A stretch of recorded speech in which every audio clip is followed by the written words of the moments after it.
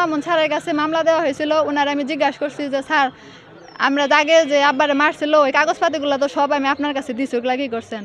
উনি বদলি হয়েছে, কারণ আসার সময় সিরা ফালাই দিয়ে রেখে আসছি। আর আপনারা একা একা দৌড়াইছে কি জন্যে?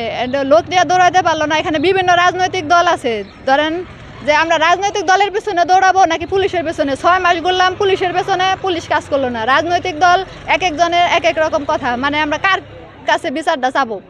আমি তো আব্দুল আজিজ তালুকদারের মেজো মেয়ে। আমার বাবার হত্যার বিচার চাই এবং ফাঁসি চাই।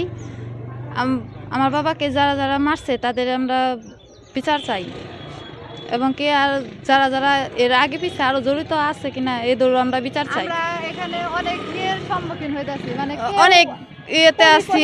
কাজ করছে না, যেহেতু আমাদের একটা ভাই নাই। আজকে যদি উপস্থিত আমার একটা বড় ভাই থাকতো, আমরা 4টা বোন, তাহলে আজকে এই ঘটনা ঘটতো না।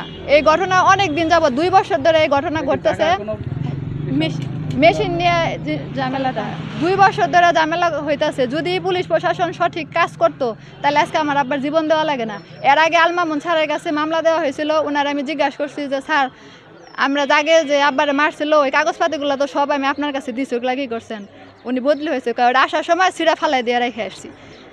আর আপনারা একা একা দৌড়াইছে কি জন্যে? লোক নিয়ে দৌড়াইতে পারলো না। এখানে বিভিন্ন রাজনৈতিক দল আছে, ধরেন যে আমরা রাজনৈতিক দলের পিছনে দৌড়াবো নাকি পুলিশের পেছনে? 6 মাস ঘুরলাম পুলিশের পেছনে, পুলিশ কাজ করলো না। রাজনৈতিক দল এক একজনের এক এক রকম কথা, মানে আমরা কার কাছে বিচারটা চাবো?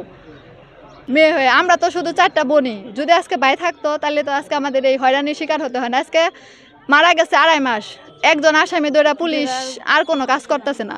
এখানে বিরক্ত বোধ করে।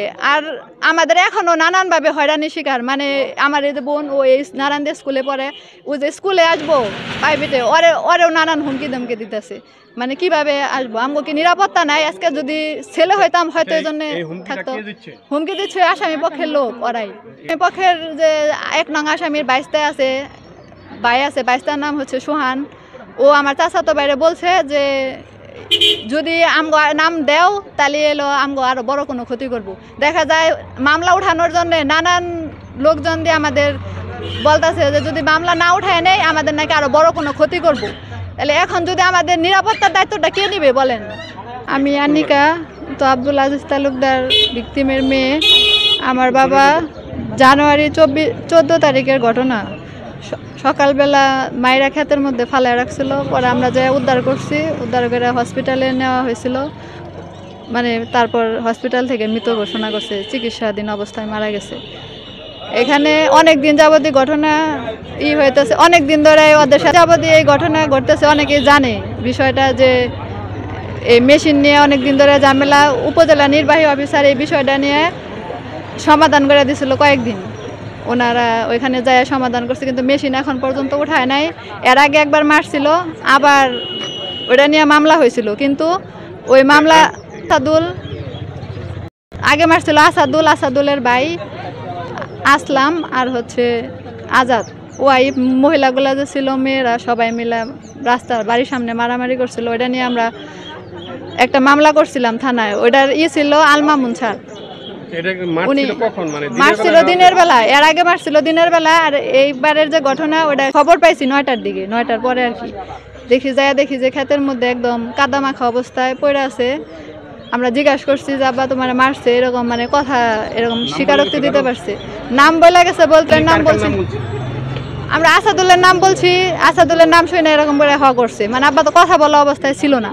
গ্রেপ্তার হয়েছে 1 নাম্বার আসামি আসাদুল। তারপরে আর পুলিশ প্রশাসন কাজ করতেছে না। আর আসামি দিনে দুপুর মানে ঘুরে বেড়াইতেছে, কিন্তু তারপরও জানানো হইতেছে যে আসামি বাড়িতে আছে, আপনারা ধরেন, কিন্তু পুলিশ প্রশাসন ওইরকমভাবে কাজ করতেছে না, আসামি ধরতেছে না।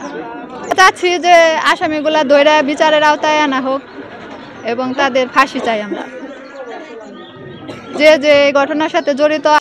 বাংলাদেশ সরকারের কাছে একটাই দাবি, আমার বাবার যারা খুন করছে তাদের যেন বিচারের আওতায় আনে এবং কি তাদের শাস্তি ব্যবস্থা করে এবং কি ফাঁসি যেন দেয়। আমার বাবার অনেক দিন যাবৎ মনে করে হেনস্থ করতেছে, তারপরে এখন মেরেই ফেলাইলো।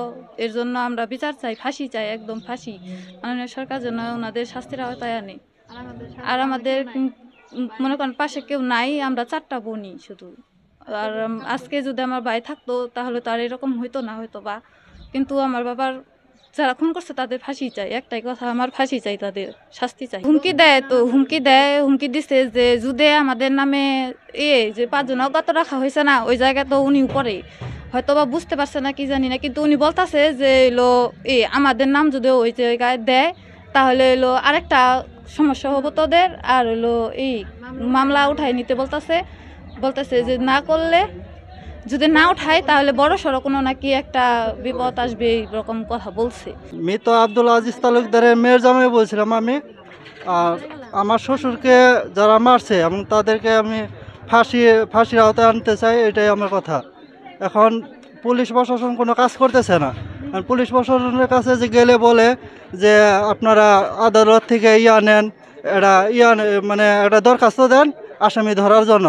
এখন আবার উকিলের কাছে গেলে বলে যে এসআই এটা যার কাছে কেসের তা সে ধরতে পারবে। এইভাবে চলতেছে। এখন আমি চাই যে পুলিশ প্রশাসন যেন কাজ করে, যেভাবে কাজ করে ওইভাবে জানি আমাদের বিচার যেন সুষ্ঠুভাবে বিচার চাই, এটাই যেন হয়।